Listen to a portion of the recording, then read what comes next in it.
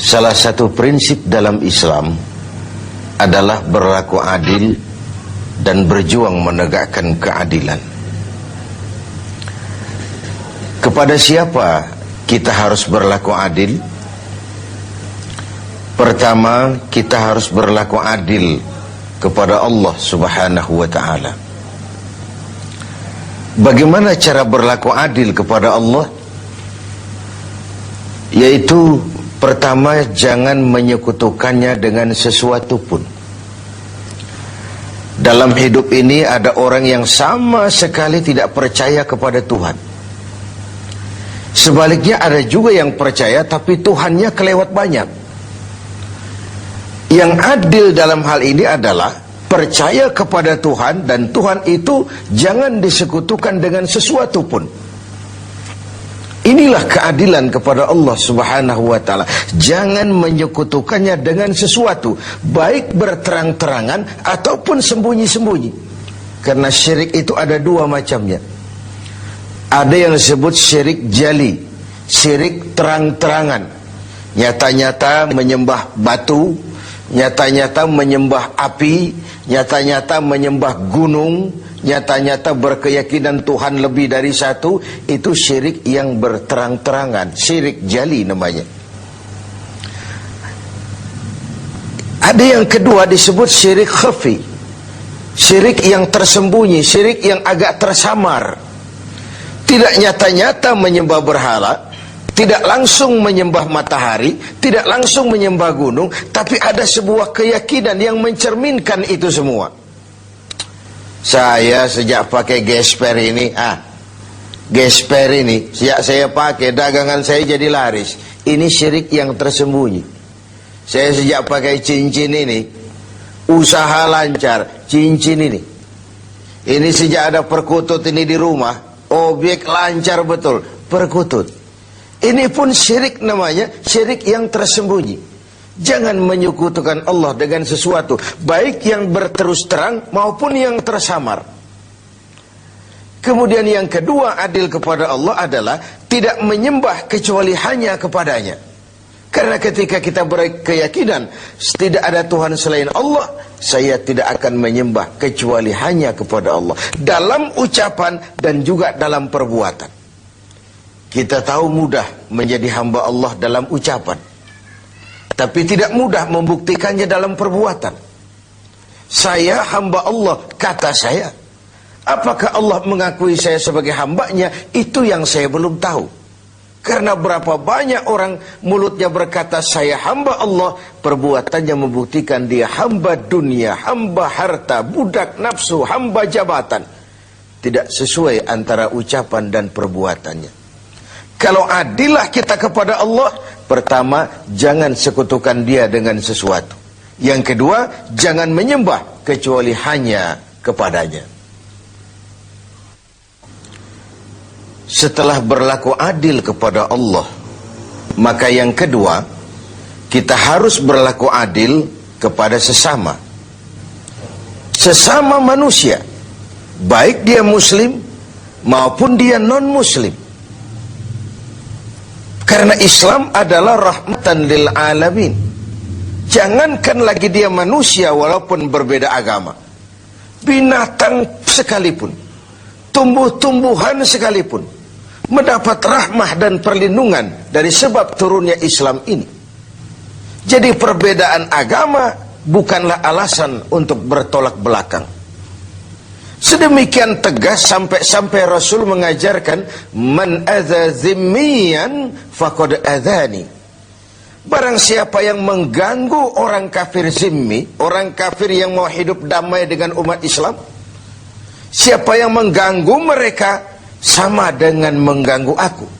Siapa yang menyakiti mereka sama dengan menyakiti aku. Kita berbeda agama dan kita sepakat untuk itu. Kita juga bukan pemilik kebenaran lalu mengklaim yang lain sebagai salah semua. Sah saja orang berkeyakinan cuma agama yang benar, tapi tidak otomatis dengan seiring itu lalu dia menghina yang lain. Menghina itu sama dengan menghina Rasul. Oleh karenanya, kepada non-muslim kita harus berlaku adil. Kalau mendengar syariat Islam, sementara ini kan kita seperti mendengar suara petir, melihat monster.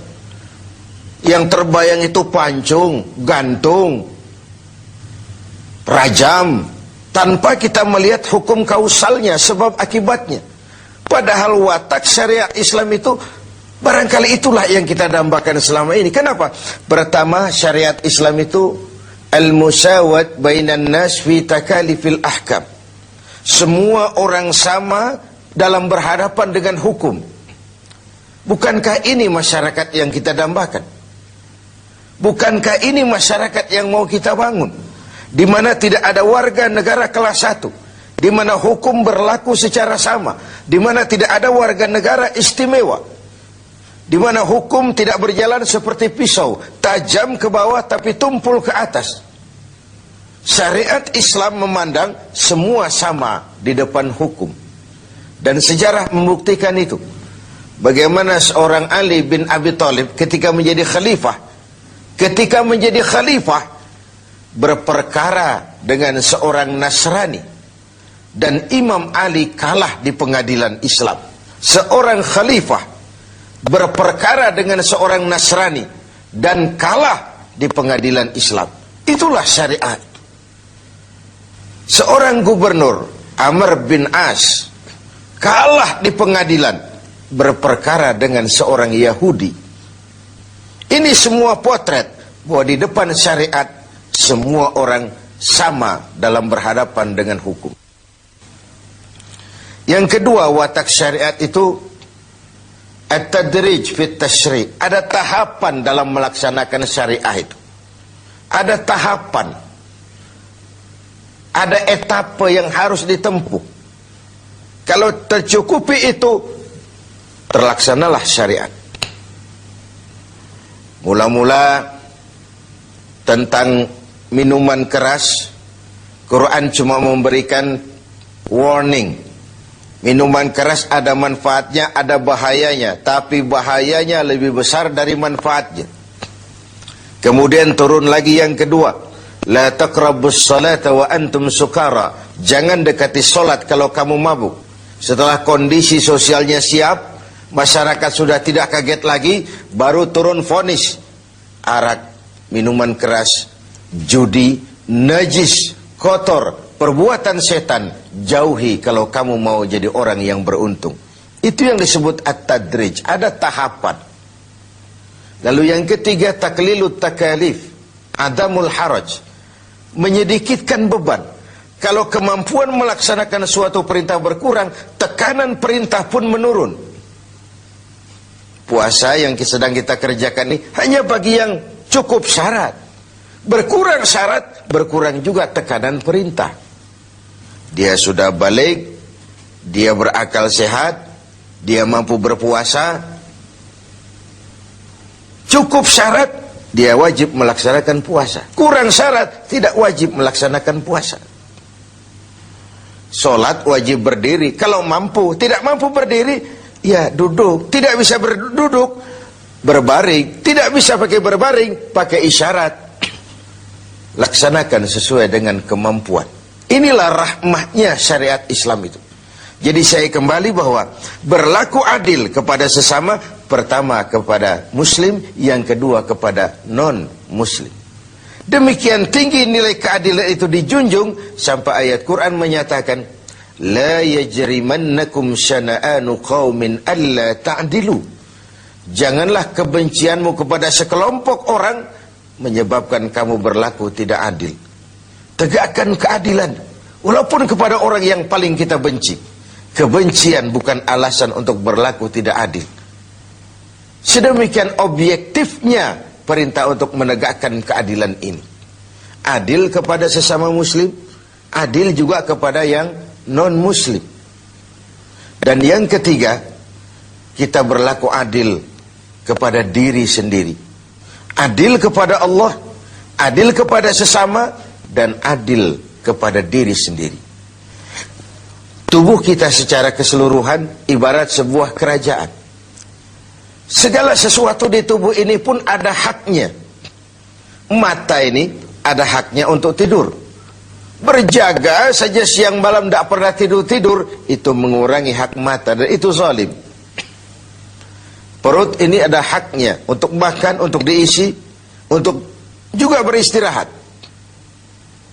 Puasa terus-menerus tidak makan-makan, itu zalim kepada hak perut, tidak adil kepada perut. Itu sebabnya dalam Islam puasa ngableng, puasa non-stop dari pagi, sore, malam sampai ketemu pagi lagi, bukan saja tidak boleh tapi haram hukumnya. Kenapa? Bertentangan dengan fitrah manusia. Pada sisi lain kita sudah berlaku adil, tidak adil terhadap perut kita. Pemirsa TV 7 yang berbahagia, tiap hari Jumat kalau kita sholat Jumat, khatib memesankan kita tentang ini. Innallaha ya'muru bil adli wal ihsan. Allah memerintahkan kamu berlaku adil dan berbuat ihsan. Diulang kali diingatkan kita, karena ini memang prinsip. Lewat kesempatan pada nuansa Ramadan ini, mari kita berlaku adil. Pertama sekali, adillah kepada Allah. Jangan sekutukan Dia dengan sesuatu. Lalu jangan menyembah kecuali hanya kepadanya dalam berbagai keadaan. Yang kedua, adillah kita kepada sesama manusia.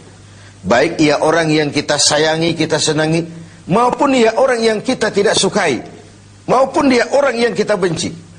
Baik dia muslim, maupun juga dia non-muslim. Karena Islam adalah rahmah bagi semesta alam ini. Masyarakat yang kita dambakan, masyarakat yang tegak di atas keadilan. Keadilan yang menyangkut ekonomi, keadilan di bidang pendidikan, keadilan di bidang sosial, pendeknya keadilan di berbagai aspek kehidupan ini.